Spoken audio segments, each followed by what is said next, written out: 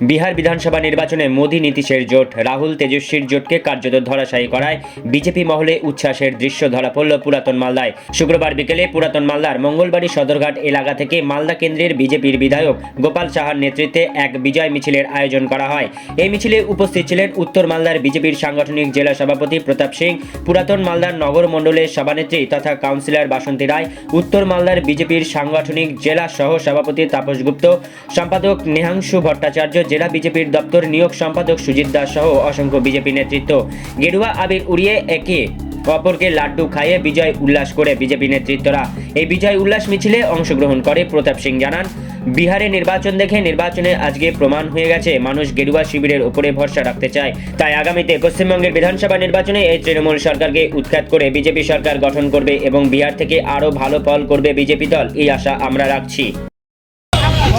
দেশের যশস্বী প্রধানমন্ত্রী, বিশ্ববরেণ্য নেতা মোদীজির নেতৃত্বে বিহারে আমাদের অন্যতম গুরুত্বপূর্ণ শরিক নীতিশ কুমারের জেডিইউ ঐতিহাসিক যে জিত বিহারবাসী আশীর্বাদ করেছেন, তার জন্য বিহারবাসীকে যেমন ধন্যবাদ জানাই। এই বিহারের নির্বাচন সারা ভারতবর্ষের মানুষকে জোট ধর্ম কিভাবে পালন করতে হয় সেইটা যেমন শিক্ষা দিয়েছে।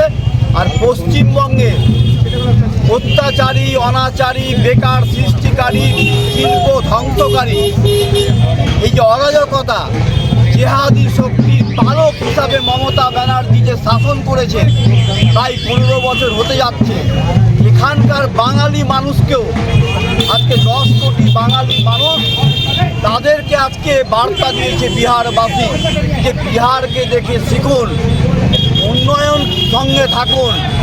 এই প্রতারণাময়ী ছলনাময়ী মমতা ব্যানার্জির ছল চাতুরির মধ্যে আর পড়বেন না।